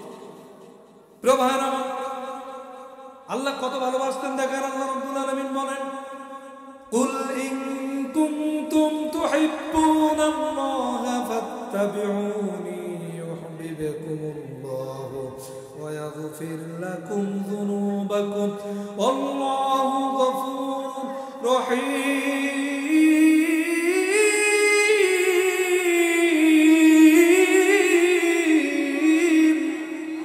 আল্লাহ রাব্বুল আলামিন বলেন, হে নবী আপনি বলুন, যারা আল্লাহকে ভালোবাসতে চায়, কাকে? আল্লাহকে ভালোবাসতে চায় তাদেরকে বলুন তারা যেন আপনাকে অনুসরণ করে। আপনাকে অনুসরণ করলে আমি আল্লাহ রাব্বুল আলামিন নিজেই তাকে ভালোবাসবো। শুধু ভালোই বাসবো না, আমি আল্লাহ রাব্বুল আলামিন ওয়া ইয়াগফির লাকুম যুনুবাকুম, তার জীবনের সমস্ত গুনাহগুলো মাফ করে দেন। সুবহানাল্লাহ। আচ্ছা বলেন তো, এখানে যারা আছে জীবনে কোনো গুনাহ করেননি এমন একজন হাত তোলেন তো। তার মানে সকলের গুনাহ আছে। আমি বক্তাও কি বলতে পারবো জীবনে কোনো গুনাহ করিনি? পারবো? অথচ আল্লাহ দেখেন, যেই রাসূলকে অনুসরণ করতে বলেছেন সেই রাসূলকে অনুসরণ করলে আল্লাহ তো ভালোবাসবেনই, আর ভালোই বেশি খেলতে হবে না, আল্লাহ সকলের গুনাহ মাফ করে দেবে। আল্লাহু গফুরুর রহিম, কারণ তিনি অতীব দয়ালু ও ক্ষমাশীল। প্রিয় ভাইরা আমার, সেই নবী করিম সাল্লাল্লাহু আলাইহি ওয়াসাল্লামের বিরুদ্ধে চুক্তি হয়ে গেল। চুক্তি হয়ে যাওয়ার কারণে আমার নবী করিম সাল্লাল্লাহু আলাইহি ওয়াসাল্লাম ওই সাহাবে আবু তালিবের জেলখানায় 1-2 বছর না 3 বছর জেল খাটলেন। ও দুনিয়ার মুসলমান হতাশ হলে চলবে না। কোরআনের পাখি যিনি বাংলাদেশ সহ সারা পৃথিবীতে কোরআনের দাওয়াত দিয়ে হাজারো মুসলিমকে মুসলমান বানিয়েছেন। এবার আপনাদের কাছে আমি প্রশ্ন করি, যেই দলটা মিথ্যা অপবাদ দিয়ে, মিথ্যা মামলা দিয়ে তাকে গ্রেফতার করলো, তার প্রধান নেতা থেকে নিয়ে আপনার এলাকার কর্মী পর্যন্ত, একজন ব্যক্তি দেখান যিনি এই দেশে মানুষের কাছে কালেমার দাওয়াত দিয়ে মুসলমান বানাইছে? আছে? নাই। অথচ এরা একটু দুনিয়ার স্বার্থের জন্য কোরআনের পাখি, যার মুখ থেকে কোরআন শুনলে পড়ে মুসলিমরা ইসলামের প্রতি আকর্ষিত হয়ে কালেমা গ্রহণ করে নেয়, সেই মানুষটাকে নির্মম নির্যাতন করেছে। প্রিয় বন্ধুগণ আমার, কি নির্মম নির্যাতন করেছে একটু বর্ণনা দিবি, কষ্ট হচ্ছে। আর অল্প কয়েক মিনিট কথা বলব। আল্লামা সাঈদীর ছেলের মুখ থেকে শোনা, তিনি চেয়ারে বসে আছেন, একজন হিন্দু পুলিশ অফিসার কর্তৃক তাকে থাপ্পড় মেরে চেয়ারের পর থেকে ফেলে, শুধুমাত্র একটাই অপরাধ, এই কোরআনের দাওয়াত তিনি মানুষের কাছে দিয়েছেন। তাকে প্রস্তাব দেওয়া হয়েছিল, আপনি যে দল করেন এই দলটা ছেড়ে দেন, আপনি এই বাংলার জমিনে জামায়াতে থাকবেন। কারণ বাংলার জমিনে এমন বক্তা আছে এক নাইটে 1 লক্ষ টাকা ইনকাম করে না, দিন 2টা-3টা, সকালে একটা, বিকেলে একটা, রাত্রে একটা, 3 লক্ষ টাকা ইনকাম। আচ্ছা বলেন তো, যত বড় বক্তা হোক আল্লামা সাঈদীর উপরে কেউ কি হতে পেরেছে? তারা যদি দিন 3 লক্ষ করে ইনকাম করতে পারে, আল্লামা সাঈদী ইচ্ছা করলে 6 লক্ষ করে ইনকাম করতে পারতো না? তিনি টাকার পিছনে দৌড়ান নাই, ইসলামে আন্দোলন করেছেন। তার একটা স্বপ্ন ছিল, এই আন্দোলন প্রতিষ্ঠা করার মাধ্যমে আল্লাহর জমিনে আল্লাহর দ্বীন কায়েম করবে। শুধুমাত্র এর অপরাধ তাদের প্রস্তাব মেনে না নেওয়ার কারণে আর এই দল করার কারণে আল্লাহ জমিন, আল্লাহর দিন কায়েমের কারণে যারা হিন্দুত্ববাদী প্রতিষ্ঠিত করতে চায়, ভারতের এজেন্ডা বাস্তবায়ন। আমি হিটলারের কথা বলি, হিটলার 60 লক্ষ ইহুদি হত্যা করেছে। সে হত্যা করেছে জার্মানির জনগণকে ভালোবেসে, জনগণকে ভালো রাখার জন্য। তার মানে তার মধ্যে দেশপ্রেম ছিল। দেশপ্রেম ছিল বিধায় ইহুদিদের হত্যা করে নিজের দেশের জনগণকে তারা শান্তি প্রতিষ্ঠার জন্য করেছে। আর এই ব্যক্তি কি করেছে? এই দেশের জনগণকে হত্যা করেছে ভারতের এজেন্ডা প্রতিষ্ঠিত করার জন্য। ঠিক কিনা বলেন? শুধু তাই নয়, আল্লামা সাঈদী রাতের বেলা ঘুমাচ্ছেন, কেবলমাত্র ঘুমাচ্ছেন। ইন দ্য মিন টাইম একজন পুলিশ যে বলছে, হুজুর ঠক ঠক করে ওনার দরজার সামনে ঘা দিয়েছে, জানলায় ঘা দিয়েছে, দিয়ে বলতেছে, হুজুর ঘুম কি ঠিকঠাক মতো হচ্ছে? কত বড় শয়তানের শয়তান দেখছেন? কত বড় শয়তানের শয়তান। আমি এমনি উদাহরণ দিইনি, শয়তান পর্যন্ত এদের দেখলে ফেরত দেয়, এমনি এমনি দেয়। হুজুর ঠিকঠাক মতো ঘুম হচ্ছে। এই আল্লামা সাঈদী যে বদদোয়া করেছে আল্লাহর কাছে কবুল হয়েছে, সেটা আজকে না বলি, যেহেতু রসুলের ওই জীবনীটা ধরছি, কারণ রসুলই হচ্ছে আমাদের আদর্শ। দেখেন, আল্লামা সাঈদীর ব্যাপারটা থাকুক, আপনারা একটু ঘাটাঘাটি করলে জানতে পারবেন। রসুলের শেয়াল আবু তালিবের জেলখানার ঘটনা একটু নাকি বলবো? আল্লামা সাঈদী তিনি একটা খোলা চিঠি লিখেছেন তার মায়ের কাছে চিঠি লিখে তিনি লিখেছেন সংক্ষেপে বলে যে, মা, কোনো সন্তান যদি নিরপরাধ অবস্থায় নিরপরাধ হওয়ার পরেও জেলখানায় থাকে, কোনো মায়ের অবস্থা ভালো থাকবে না। তো তুমি আমার জন্য দোয়া করো, তোমার অবস্থা ভালো নেই এটা আমি বিশ্বাস করি। তো আমার বিরুদ্ধে ৬২ জন জিয়ানগর এবং পিরোজপুরের হিন্দু এবং মুসলিম মিলায়ে মিথ্যা সাক্ষী রেডি হয়েছে। আমি তো এই অপরাধ করিনি মা, তো মিথ্যা সাক্ষী দেওয়ার জন্য ৬২ জনকে তারা রেডি করেছে। তুমি দোয়া করবে এই ৬২ জন যারা আমার বিরুদ্ধে মিথ্যা অপবাদ দেয়, আমার বিরুদ্ধে মিথ্যা সাক্ষী দেয়, তারা যেন ধ্বংস হয়ে যায়। তুমি আল্লাহর কাছে দোয়া করো। এই পৃথিবীতে মায়ের দোয়া কবুল হয় কি হয় না? হয় কি হয় না? মায়ের দোয়া কেমন ভাবে কবুল হয়েছে, আবার মাজলুমের দোয়া কেমন ভাবে কবুল, ধ্বংস কিভাবে হয়েছে তার একটু নমুনা দেখেন। জালেম যুগে যুগে এইভাবেই ধ্বংস। একজন সাক্ষীর কথা বলি, এই সাক্ষীটা হলো আল্লামা সাঈদীর বিরুদ্ধে সাক্ষী দিলেন। দেওয়ার পরে তিনি যখন বাড়িতে গেছে, এলাকার কেউ তার সাথে ঠিকঠাক মতো কথা বলে না, একঘেয়েমি করে গেছে। একঘেয়েমি করে দেওয়ার কারণে সে কি করেছে, সরকারের কাছ থেকে এককালীন কিছু টাকা পাইছিল। আচ্ছা বলেন তো, বসে খেলে রাজার ভান্ডারও ফুরায় যায় না? এখন কি করে সংসার চালাবে? এখন তো আর মানুষের সাথে মিশতে পারে না, ভাবদিরা করতে পারে না, কাজকর্ম হয় না। কি করবে? মুদিখানার একটা দোকান দিয়েছে, কিন্তু দোকানে মাল আছে ভর্তি, মাগার কাস্টমার নাই। গোপাল ভাঁড়ের গল্প শুনছিলাম ছোট্টবেলায়। গোপাল ভাঁড় বাড়িতে গেছে, তার কিছু পুতা ছেলে নাতি ছেলে তারা এসে বলছে, দাদু দাদু হোটেলের সামনে গেছিলাম, আমাদের মিষ্টি খেতে দেয়নি। তা তখন গোপাল ভাঁড় বুদ্ধিওয়ালা লোক তো বলছে যে, ঠিক আছে, আগামীকাল যে কোনো মূল্যে তোদের মিষ্টি খাওয়ালে হলো, পারলে ফ্রি খাওয়া। পুতা পুত্রীর তো খুব খুশি হয়ে গেছে। পরের দিন যখন সময় এসছে, খুব হিসাব নিকাশ করে গোপাল ভাঁড় টাইম বুঝে গেছে, যেই সময় ওই হোটেল মালিক পিছনের ঘরে খাচ্ছিল আর ছোট্ট বাচ্চাটা ক্যাশ টেবিলে বসায় রাখছে, যে কোনো কথা না বার্তা না, যে খাওয়া শুরু করে দিয়েছে। ছোট্ট বাচ্চা বলতেছে, কি ব্যাপার, আপনারা কিছু না বলে মিষ্টি খাওয়া শুরু করেছেন? বলতেছে, মিষ্টি খাওয়া তো এমনি এমনি শুরু করিনি, আমাদের নাম শুনলে তোর বাপও কিছু বলবে। বলছে, আচ্ছা আপনাদের নামটা কি বলেন তো? মাসি। নাম কি? এই লোকটির কাস্টমার ছিল মানুষ না, মাসি। সারাদিন মাসি তারা তো কাস্টমার থাকতো না। কারণ কি জানেন? ওই যে আল্লামা সাঈদীর বিরুদ্ধে সাক্ষী দিয়েছে, এই লোক একদিকে কোন বিপদে পড়েছে, একদিকে কাস্টমার হয় না, অভাবনা। দ্বিতীয় হচ্ছে, তার নিরাপত্তার জন্য 2 জন পাহারা নিয়োগ দিয়েছে পুলিশ। এই পুলিশ পাহারা দেয়। আচ্ছা বলেন তো, প্রত্যেকটা মানুষের একটা প্রাইভেসির দরকার আছে না? স্বামী স্ত্রী এক জায়গায় থাকতে গেলেও তো লাগে।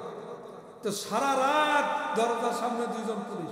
এমনকি বাজারে যখন যায় 2 জন পুলিশ। আগে একজনের ভাড়া দিলে হতো, এখন রিক্সা ভাড়া দেওয়া লাগে 3 জনের। সব ডবল খরচ। আবার তাদের বাড়ি থাকার কারণে খেতে দেওয়া লাগে, বলুন তো দেখি ডবল ডবল খরচ হওয়ার কারণে খরচটা আরো বেড়ে গেছে না কমে গেছে? আল্লাহ ওরা জীবিত রেখেছে, কিন্তু তলে তলে এমন ব্যবস্থা করে দিয়েছে সারা জীবন জ্বলে পড়ে মরবি, কিছু বলতে হবে। প্রিয় ভাইরা আমার, এই জন্য জালেম হওয়া যাবে না, রাসূলের উত্তরসূরি হতে হবে। নবী করিম সাল্লাল্লাহু আলাইহি ওয়াসাল্লাম এই নাকি তিনটা বছর পার করেছেন। পার করার পরে আল্লাহ রাব্বুল আলামিন সিদ্ধান্ত নিয়েছে যে এখন আর নবীকে ওই শিয়াবে আবু তালিবের জেলখানায় রাখবো না। কারণ আল্লাহ তো এই 3 বছর পরীক্ষা করেছে। মুসলমান হামলা মামলা অনেক হয়েছে, রাতের বেলা শুতে পারতেন না, ঘরে পারতেন, অনেক হয়েছে না? এটা আপনার জন্য পরীক্ষা, এটা আমার কথা নয়, স্বয়ং আল্লাহ বলেছেন।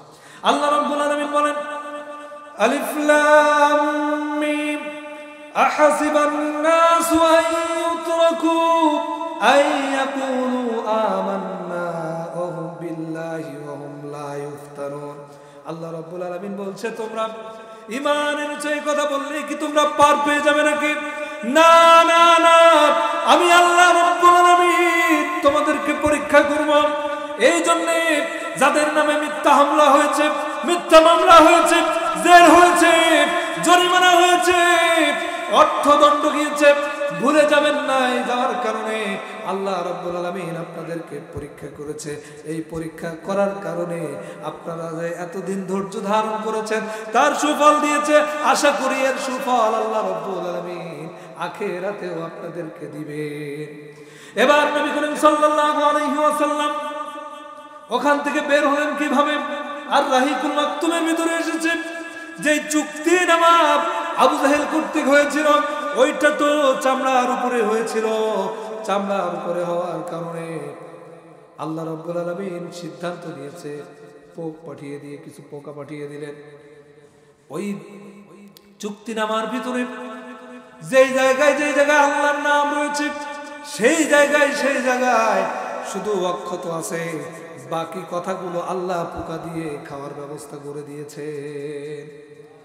আবার একদিকে আল্লাহর সাহায্য, অপর দিকে হিশাম বিন আমর নামক এক ব্যক্তি, তিনি চিন্তা করছেন রাসূলের উপরে নির্যাতন, এই নির্যাতন তো আর মেনে নেওয়া যায় না, কি করা যায়? তিনি চলে গেলেন রাসূলের ফুফাতো ভাইয়ের, যে বলছে, হে রাসূলের ফুফাতো ভাই, রাসূলের উপরে, তোমার মায়ের বংশের উপরে যে নির্যাতন হচ্ছে তুমি কিভাবে সহ্য করছো? তিনি বলছেন, আমি তো সহ্য করছি না, কাজেই আমি সহ্য না করে কি করব? এখন তো আমরা দুইজন শুধু তাদের বিপক্ষে অবস্থান নিলে হবে না, কারণ তাদের যথেষ্ট শক্তি আছে, তাদের হাতে রাষ্ট্র ক্ষমতা আছে। চলো চলো আমরা কয়েকজন মানুষকে ম্যানেজ করি। এমন করতে করতে 5 জন মানুষ ম্যানেজ হয়ে গেল। পরের দিন যখন মিটিং বসলো, মিটিংয়ে তারা ব্যাপারটি উপস্থাপন করলো যে তোমরা যে সিদ্ধান্ত নিয়েছ, তোমরা যে চুক্তিনামা করেছ, এই চুক্তিনামা আমরা মানি না, আমরা পছন্দ করি না, আমরা আগেও রাজি ছিলাম না, এখনো রাজি না, কাজেই দয়া করে তোমরা এই চুক্তিনামা ছিঁড়ে ফেলা। আবু জাহেল বলতেছে যে চুক্তিনামা ছিঁড়ে ফেলবো মানে? সে হুঙ্কার দেখাচ্ছে। কিন্তু 5 জন যখন এক হয়েছে তখন বলতেছে, আচ্ছা তোমরা আগের থেকেই সিদ্ধান্ত নিয়ে তারপরে এখানে আসছো। ইন দ্য মিন টাইম রাসূলের ওই যে কথাগুলো পোকায় যে খেয়ে ফেলেছে চুক্তিনামা, আবু তালিবকে রাসূল পাঠিয়ে দিয়েছেন, কারণ রাসূলের উপরে ওহী নাযিল করে আল্লাহ জানিয়ে দিয়েছেন। সেই কথাগুলো আবু তালিবের মাধ্যমে আবু তালিবকে ওই মিটিংয়ে পাঠিয়ে দিয়ে জানাই দিয়েছে। আবু জাহেলের কাছে যখন বলছে তখন আবু তালিব জোর গলায় বলছে, দেখো আবু জাহেল, আমি যে কথাগুলো বলছি, আমার ভাই ভাতিজা যে কথাগুলো আমাকে ওহির মাধ্যমে এসেছে বলে জানিয়েছে, যদি সত্যি পোকা না খায় আমার ভাতিজার মাঝখান থেকে আর তোমাদের মাঝখান থেকে আমি যে এতদিন শেল্টার দিচ্ছিলাম আমি সরে যাব, তখন তোমরা যা পারো। পরে বের করা হলো, দেখে সত্যি সত্যি যেখানে যেখানে আল্লাহর নাম আছে, যে আল্লাহর নাম নিয়ে রাসূল সাল্লাল্লাহু আলাইহি ওয়াসাল্লাম কালেমার দাওয়াত দিয়েছে, শুধুমাত্র সেই আল্লাহর নামগুলি অক্ষত আছে, আর বাদ বাকি সব চুক্তির কথাগুলো খেয়ে ফেলেছে। চিৎকার দিয়ে বলেন সুবহানাল্লাহ। প্রিয় ভাইয়েরা, তাহলে আল্লাহর সাহায্য বলেন তো আসে কি না? আসে, আল্লাহর সাহায্য আসবে। দিন বিজয়ের সাথে শুধু আপনি সিদ্ধান্ত নেবেন আপনি থাকবেন কিনা। মায়েরা বোনেরা আপনারাও শুনছেন, শুধু পুরুষরা যে থাকবে, মায়েদের অবদানও এখানে কম না।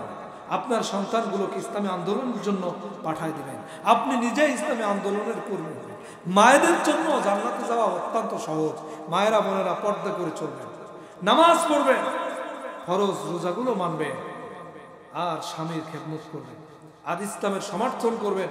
আশা করা যায় আল্লাহ রাব্বুল আলামিন আপনাদের উপরে খুশি হয়ে যাবে। আরেকটু কথা মা বোনদের ব্যাপারে না বললেই না। আজকে প্রত্যেকটা পরিবারে মা বোনদের কারণে অনেক অশান্তি। কেন? বিশেষ করে আমার মায়েরা পুত্রবধূকে দেখতে পারে না। পুত্রবধূর ব্যাপারে এক সিদ্ধান্ত, আমার তার মেয়ের ব্যাপারে আরেক সিদ্ধান্ত। সেটা কেমন? মেয়ের ব্যাপারে বলতে গিয়ে লোকের সাথে গল্প দেয়, জামাই আমার খুব ভালো, আমার মেয়ের কথায় ওঠে আর বসে, কিন্তু আমার ছেলেটা ভালো না। কেন? আমার বউর কথায় ওঠে আর বসে। দেখেন, একই হিসাব, কিন্তু দুইজনের জন্য দুই বিচার করে। মায়েরা বোনেরা, আপনার মেয়ে যখন আপনার মেয়ের কথায় যখন আপনার জামাই ওঠা বসা করে, তার মানে তো তার মা বাবার কথায় ওঠা বসা করে না, তার মা বাবাও কিন্তু তার উপরে অখুশি হচ্ছে। এই জন্যে পুত্রবধূদের সঙ্গে ভালো আচরণ করতে হবে, তাদের সঙ্গে মেয়ের মতো আচরণ করতে হবে। আর যারা পুত্রবধূ আছেন তাদের জন্য নসিহত হচ্ছে, আপনারা শাশুড়িকে আপন মনে করতে পারেন না, শাশুড়ি শাশুড়ি মনে করেন। আপনি আপনার মায়ের মতো ভালোবাসা দিন, আশা করা যায় আপনার শাশুড়ি আপনাকে যত্ন করবে। আর মায়েরা, আপনাদেরকে আরেকটু নসিহত করবো, সেটা হলো আপনি যদি আপনার পুত্রবধূর সাথে ভালো আচরণ করেন, তাহলে আপনার সন্তান সুখী থাকবে। আর আপনার সন্তান সুখী রাখার জন্য হলেও তো আপনাকে আপনার পুত্রবধূর সঙ্গে ভালো আচরণ করতে হবে, প্রিয় ভাইরা। সুতরাং সকলকে অনুরোধ করব, আল্লাহর দ্বীনের পথে থাকুন, রাসূলের অনুসরণ করুন। আর এতক্ষণ পর্যন্ত আমার আলোচনার বিষয়টা ছিল ইসলামী আন্দোলন কেন করবেন। আমি বোঝাতে চেয়েছি, ইসলামী আন্দোলন করা ব্যতীত আপনি প্রকৃত মুসলমান হতে পারবেন না। আল্লাহর জমিনে আল্লাহর দ্বীন কায়েমের সমর্থন যদি আপনি না থাকে, আপনার নামাজ দিয়ে কি হবে, আপনার রোজা দিয়ে কি হবে, আপনার হজ দিয়ে কি হবে, আপনার যাকাত দিয়ে কি হবে।